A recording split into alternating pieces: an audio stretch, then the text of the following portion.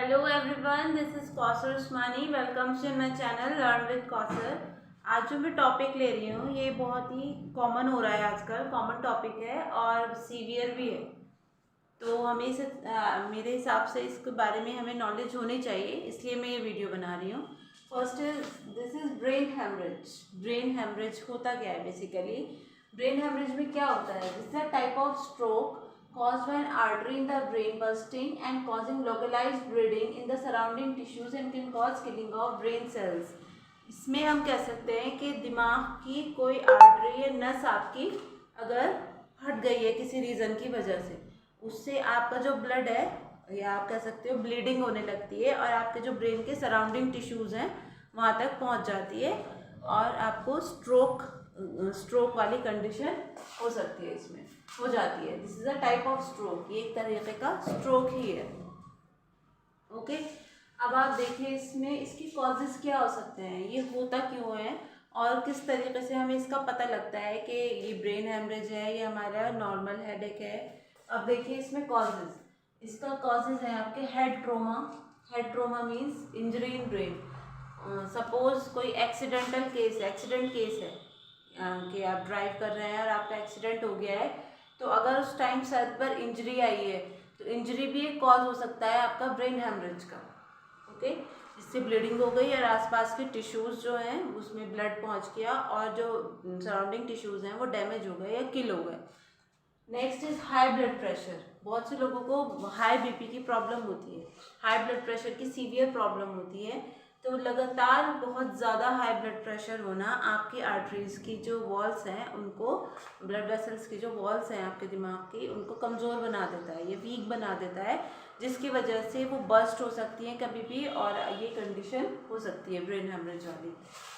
Next is aneurysm, weakening in a blood vessel wall that swells. It can burst and bleed into brain, leading to a stroke। इसमें क्या होता है, आपकी blood vessel की जो wall है वो किसी रीज़न की वजह से स्वेल हो गई, स्वेलिंग आने की वजह से वो बस्ट हो गई और ब्रेन हेमरेज की कंडीशन आ गई या स्ट्रोक की कंडीशन आ गई। ब्लड वेसल की एबनॉर्मेलिटीज़, बहुत से लोगों में ये जेनेटिक भी होता है या आप कह सकते हो कि हिस्ट्री में आपको या आपकी जो पिछली जनरेशन है उसमें रहा है किसी को, तो कई बार चांस हो जाते हैं हमारी कंडीशन होने के। क्यों? क्योंकि आर्टेरियोवेनस मालफॉर्मेशंस, ये बाय बर्थ कंडीशन है जिसमें आपकी आर्टरीज की या दिमाग की जो नसें हैं इसका स्ट्रक्चर इस तरीके से डिज़ाइंड है या वो कुछ वीक है कि ज़्यादा प्रेशर पड़ने से वो हट सकती हैं। तो ये हो गया आपका ब्लड वेसल एबनॉर्मेलिटीज में। ब्लड और ब्लीडिंग डिसऑर्डर्स, हीमोफीलिया, किसी किसी को हीमोफीलिया की प्रॉब्लम होती है। हीमोफीलिया को हम क्वीन विक्टोरिया डिजीज़ भी कहते हैं। क्यों कहते हैं हम इसे क्वीन विक्टोरिया डिजीज़? क्योंकि जो क्वीन विक्टोरिया थी उनको ये प्रॉब्लम थी कि अगर उनकी सारी जनरेशन में ये चली है प्रॉब्लम कि अगर उनके थोड़ा सा कट भी लग गया तो उस टाइम पे उनका जो ब्लड है वो नहीं रुकता था और बहता रहता था, कि इतना बहता था कि उनकी डेथ हो जाती थी। This is haemophilia. ये हम कह सकते हैं क्लॉटिंग फैक्टर एब्सेंट होता था उनमें। ब्लड क्लॉट, हमारे यहाँ कट लग गया तो यहाँ कोगुलेशन हो जाती है ना, क्लॉट बन जाता है, तो ये प्रोसेस उनमें एब्सेंट था। ये किसी को सिकल सेल एनीमिया की प्रॉब्लम है। सिकल सेल एनीमिया में क्या होता है, आपकी जो ब्लड सेल्स हैं वो सिकल हो गई हैं, ये चपटी हो गई हैं, जिसकी वजह से इम्प्रॉपर ब्लड हो रहा है, उसमें प्रेजेंट नहीं है पूरी तरीके से।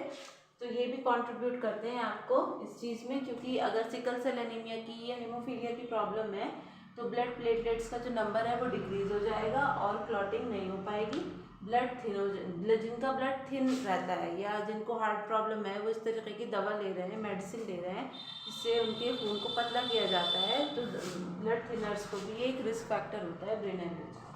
Next is liver disease. अगर कोई लीवर डिजीज़ से सफ़र कर रहा है उसको भी ये कंडीशन हो सकती है ब्रेन ट्यूमर। अगर किसी को ब्रेन ट्यूमर हो गया है, ब्रेन ट्यूमर में क्या होता है, ट्यूमर क्या है, मास ऑफ सेल्स, ठीक है।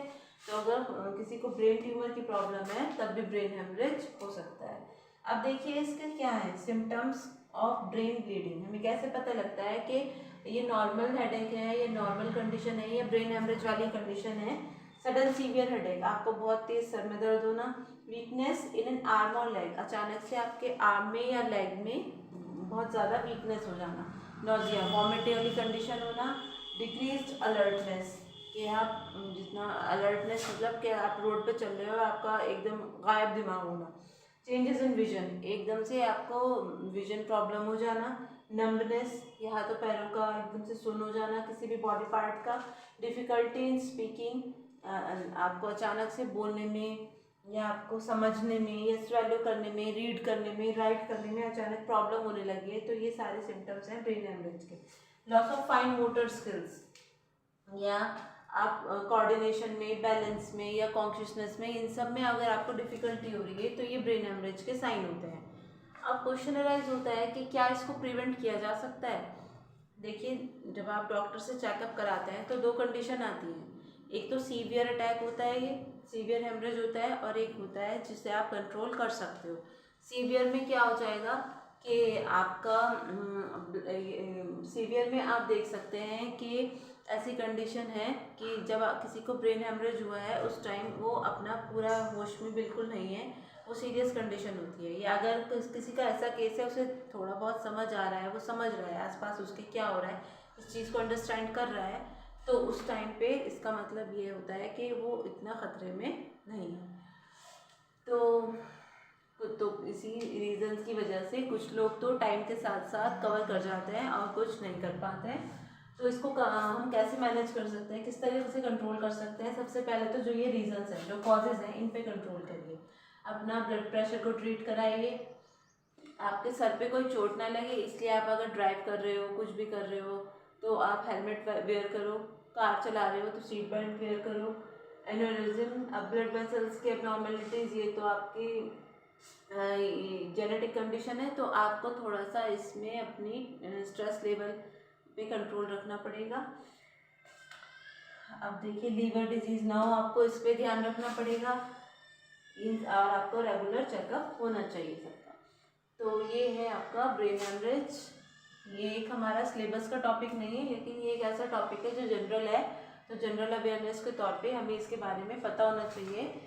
So if you're liking my video, then do like, share and subscribe my channel Learn with Kausar. Thank you.